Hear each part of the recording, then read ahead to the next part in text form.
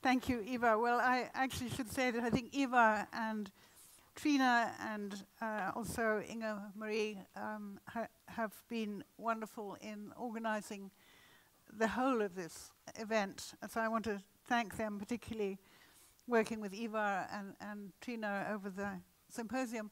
But I also want to thank very much the participants in the symposium who came, often disrupting family holidays and plans and the Queen's birthday and all sorts of things that were happening in England, as well as the strike here, which may or may not have deterred people. But that was unknown at the time that they agreed to come, and I just want to thank them very much indeed for being part of this symposium, and of course to thank Manuel for being the inspirer in many ways, not only of this symposium, but of a great deal of work and activity in all kinds of realms that he spoke about today already in his lecture. And it was the first time, I think, at this Holberg Symposium that there has been a proper full lecture by the laureate, and our hopes were amply repaid by the lecture we had. So thank you, Manuel, for everything. Anyway, it's a great pleasure to be at this symposium and to have seen it come to fruition. My job is just quickly to introduce the speakers. Terhi Rantanen is Professor in Global Media and Communications at the London School of Economics and Political Science. She's also, among many other things, she's co-investigator of an ERC-funded project on media and democracy, so very appropriate, media and democracy in Central and Eastern Europe, and has many publications on that area. And the second speaker, Annabelle Shriburney, is Professor of Global Media and Communications at SOAS, the School of Oriental and African Studies, and we'll be talking particularly about, I think, at least one of the movements that are salient at the moment in Iran and elsewhere. And finally, Bill Dutton, William Dutton, who's the founding director of the Oxford Internet Institute and has been, among other things, director of the UK's Programme of Information and Communication Technologies. And his work is, I think, on the third estate, the fifth estate. Which estate is it? Is very important, the fifth estate, I'm sorry, very important theoretical addition to the idea of the media. This panel is called New Social Movements and New Media, particularly in honor of the work that Manuel himself is doing. So with that, I'll stop. We'll take one or two quick questions after each panelist, and then we'll wait for the discussion. It will be, as you know from the program, at 3:30 we'll move into full discussion mode. The panelists will return, and Manuel will join us, and there'll be a chance for a lot of, we hope, a great deal of audience interaction. So if you don't get a question in for a particular panel or panelists, there'll be a chance to have a broader discussion at that time. Okay, thank you very much. Our first speaker then is Terhi Rantanen.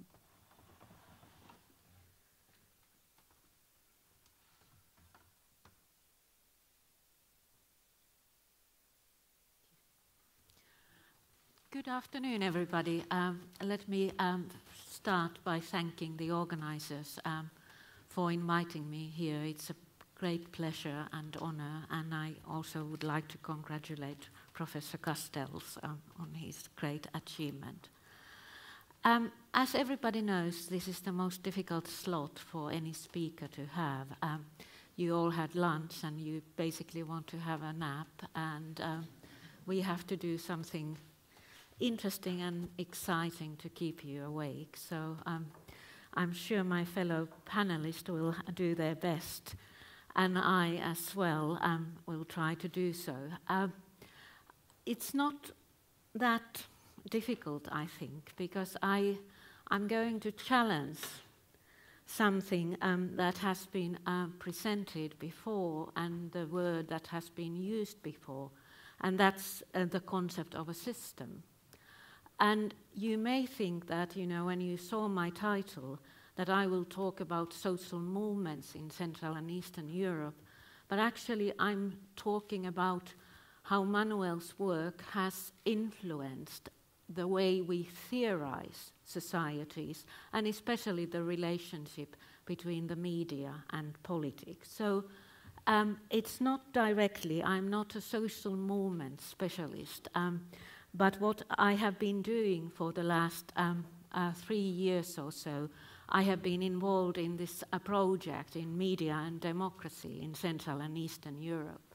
And it's a 4-year project, and we really want to understand the relationship between media and democracy in Central and Eastern Europe. And we have specialized on news media, and especially old media, and less we have done less research on new media. And I will explain why this has happened. And I think one of the reasons this has happened is that both political scientists and media scholars are working still with the old concepts, and they ignore many things that are emerging, or many things that do not fit their concepts. So this is a comparative study of 10 countries. And you can question, why are these 10 countries studied together? Why is Bulgaria not compared to the UK? But this is an issue for another topic. But you may want to question the logic why Central and Eastern European countries are compared to each other. Is it because they all experience this period of communism, and is that so significant that it separates them from any other country? But what is also, I think, interesting and somewhat challenging is that this is a project between political scientists and media and communication scholars. And again, Manuel has been talking about interdisciplinary work and how important it is. But actually, after 3 years of doing it, I can say that it is rather challenging, even if it is rewarding. And one of the things why it is so challenging is that I think we are so used to talk to our own people, to the people in our own field. We use our own language, and it's kind of a coded language. It's like, media scholars in the UK say, public sphere, and then everybody nods and knows what it is. And then political scientists say civic culture, and everybody nods, and and you have to learn that language, and it's so difficult. And what I did after, I think, 2.5 years of having this, why is it so difficult to understand what the other person is saying? I started as a historian, as a media historian, I started going backwards, and I became interested in intellectual history of the two fields, political science and media and communication studies. And where do they meet? Do they have a vocabulary they can share? And why was it so that they suddenly became separate and stopped understanding each other? So I think in theory, this interdisciplinarity is a really good thing, and I'm all for it. But in practice, I think it's a lot of work, and it really reminds us how we are in our own fortresses, only comfortable to when we speak to our colleagues, but when we actually leave that safety zone, and I did it physically when I traveled to Oxford, suddenly I was surrounded by political scientists instead of my media and communication scholars. You really are challenged, and challenge is good, and change is good, and this is the outcome of my current thinking. So one concept, political scientists and media and communication scholars, when they do comparative research, is that they both use the concept of political or media system.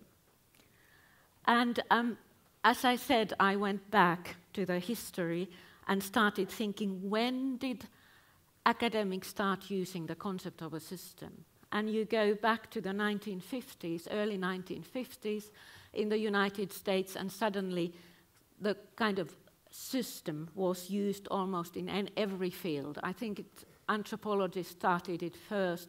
You think of sociologist work, Parsons' work, you think of political scientist work, Easton's work, you think of early communication scholars' work, and suddenly they all found the concept of a system. And in a way, it's the same thing as with the concept of globalization in the 1990s, early 1990s. Suddenly, everybody started using this concept. Everybody was kind of unhappy with the concept they had been using before, and everybody kind of claimed they found this new concept.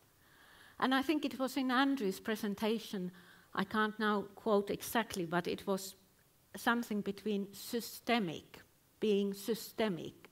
And I think this was one of the great revelations in the 1950s, that we have to do systemic work. And to do systemic work, you have to use the concept of system. And I think this is interesting in a way, because what I'm arguing, that you don't actually need the concept of a system to be systemic, but I think, or systematic. But this is what happened, I think, in the 1950s. And everybody who is trained here in media and communication studies know about 4 theories of the press. That was the kind of Bible in media and communication studies if you wanted to do comparative research. And another one, as important or even more important than that, was of course the civic culture by Almond and Verba. And actually Almond started his research already in the early 1950s. So they kind of emerged at the same time. As I said, suddenly there was this concept of the system that became very popular. And then, other scholars picked it up, Gurevich and Blumler, Hallin and Mancini, and nowadays in media studies you use the concept of a media system without kind of problematizing it. And if the early proponents of the system wanted to make a difference between what was before and what they introduced, I think, we have now reached the point where I think we use the concept of system without thinking it, and it has become as descriptive as the research those people or those academics who introduced the concept of system were critical of. So you may think, why am I talking about the 1950s, about the United States, about early sociology, political science, and communication studies? I'm doing this because I want to show, how we are influenced still by the concepts that have been created a long time ago, and we start using them without problematizing them. And then if we think of Central and Eastern Europe, and I'm finally there, is that, we are talking about a region where the former previous system collapsed. And I don't think, there was a group of people in any of these countries that kind of got together and said, let's have a media system. So in a way, the media system just emerged, and it wasn't a conscientious discussion. So even when this happened, us, and I'm now talking about media scholars, we still want to systematize everything, and we want to use the analytical concept of a system when actually there is no system, or the system is just evolving. So what is then wrong with this kind of systematization? And I'm mainly talking about, or I am talking about media system here, since what I have learned is that, when one starts criticizing somebody else's field, one is on a very thin ice, as they say in Finland. So this criticism is only applied to the concept of media system. I call this methodological systematization. I think there are 4 things that have kind of gone slightly wrong.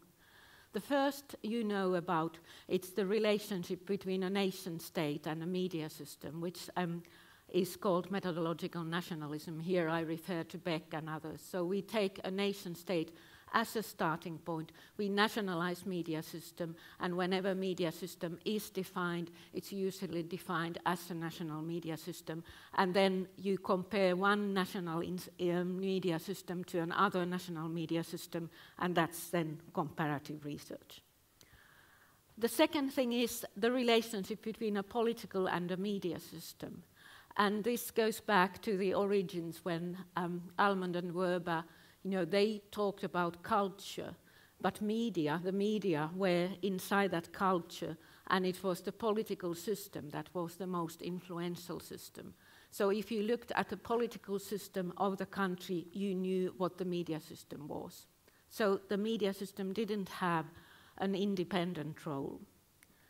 The third thing is the relationship between democracy and media system. So academics assume, and media scholars assume, that it has to be a democratic system.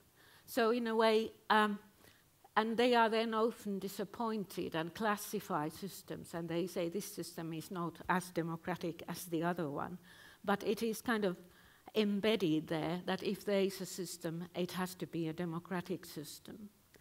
And then the last thing is the relationship between individuals and this media system.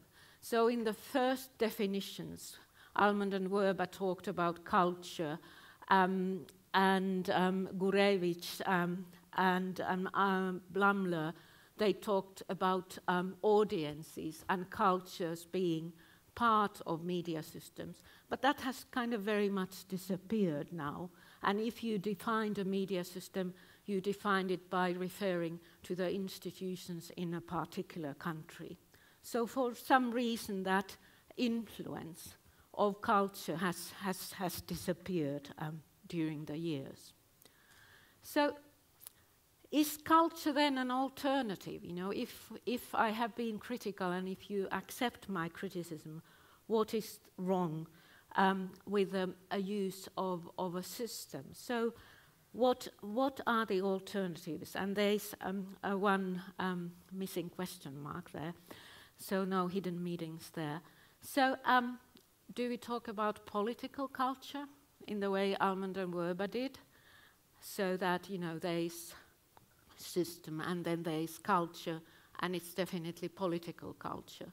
Is it always political, and how do we define political culture?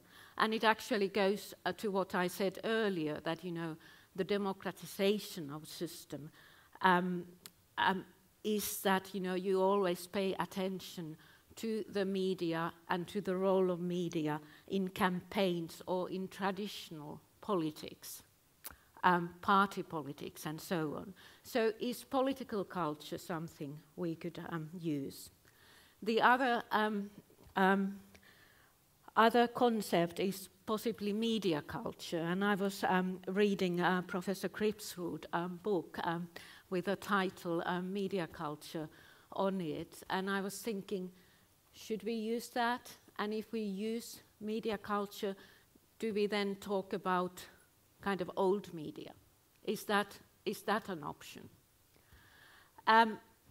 Related to that, I think is, media scholars increasingly talk about mediated culture when they want to point out that relationships in general have become mediated across borders. So is that something we could use, or how Mark does write about that we live in the media, not with the media? I think there have been several attempts to kind of capture something that is happening, but we find it difficult to name it. And then there is network culture, or culture of networks. How do you want to do it? How do you want to phrase it, depending? Is that something that would kind of cover all these other cultures would that be a general term? Or would it be part of one of the other cultures? And here I'm really struggling. And when we were invited here, we were invited to be critical of Professor Castell's work. And I think it's rather difficult to be difficult when he's sitting there. But you know, here is where I'm inviting you, because in a way, I don't know. I know that this concept of a system is not something we can use in the same way we used in the past. But at the same time, I'm thinking, what is the alternative? And I think it was pointed out today earlier that if one criticizes something, the next question is then, what then? You know, what is the alternative? And here, you know, you can see that I'm struggling to name this, and especially when it applies to the region. You know, I have been now studying with my colleagues for several years. So what is it that we don't kind of catch when we use the concept of a system? And here are my my kind of initial thoughts. And as you can see, I'm very cleverly, as academics do when they don't want to be cornered, I don't use any of the words. There is no mediation, there is not network, there is no media. It's just culture, because I can't decide which one is the proper one. But so if for 10 seconds we put the concept of a system aside and we use the concept of culture, and we don't yet know what's the first part, what the first part is. So I think we can see things we wouldn't see if we use the concept of a system. We can see, and this has been said before today, we see not only national, but we see local, global, and transnational cultures. We see cultures that are more open than systems, and to a certain extent they are more heterogeneous and probably more open, because, you know, if you think of cultures, they have always been in interaction with each other. Again, if we talk about cultures, we almost instinctively admit that they have different sizes and shapes, and they don't consist of the same elements. When we talk about the concept of systems, we almost instinctively think that they should consist of certain elements. So it's kind of embedded in our thinking. Here I'm referring to Raymond Williams. You know, we see dominant, emergence, and residual cultures. So we see that they are constantly in changing, and there are these different kinds of elements in them. What is also, I think, interesting when we talk about systems and when we compare systems, we always concentrate on the factual elements of it. So if you do comparative research and you probably want to compare either the most important newspapers or national broadcasting companies or political campaigning or anything that is kind of serious. But in a way, if you don't use the concept of a system, you start thinking about fictional and factual elements and how they overlap and interact in different ways. What you also see, and I think this has been pointed out here today, is that you don't only concentrate on the dominant institutions, such as broadcasting companies or on the big media. You actually see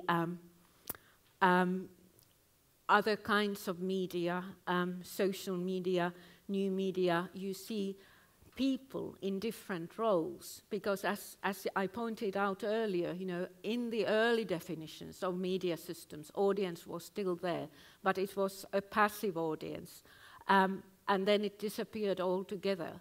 So if you stop using that, the concept of culture, you can see actually people in different roles, and you actually include them. And I think, this is my opportunity to talk, to go back to Finland, even if it is not in this project. But I think, many times when I listen to people who talk about social movements, they mainly, they often talk about kind of democratic and functional, and also to a certain extent rational social movements.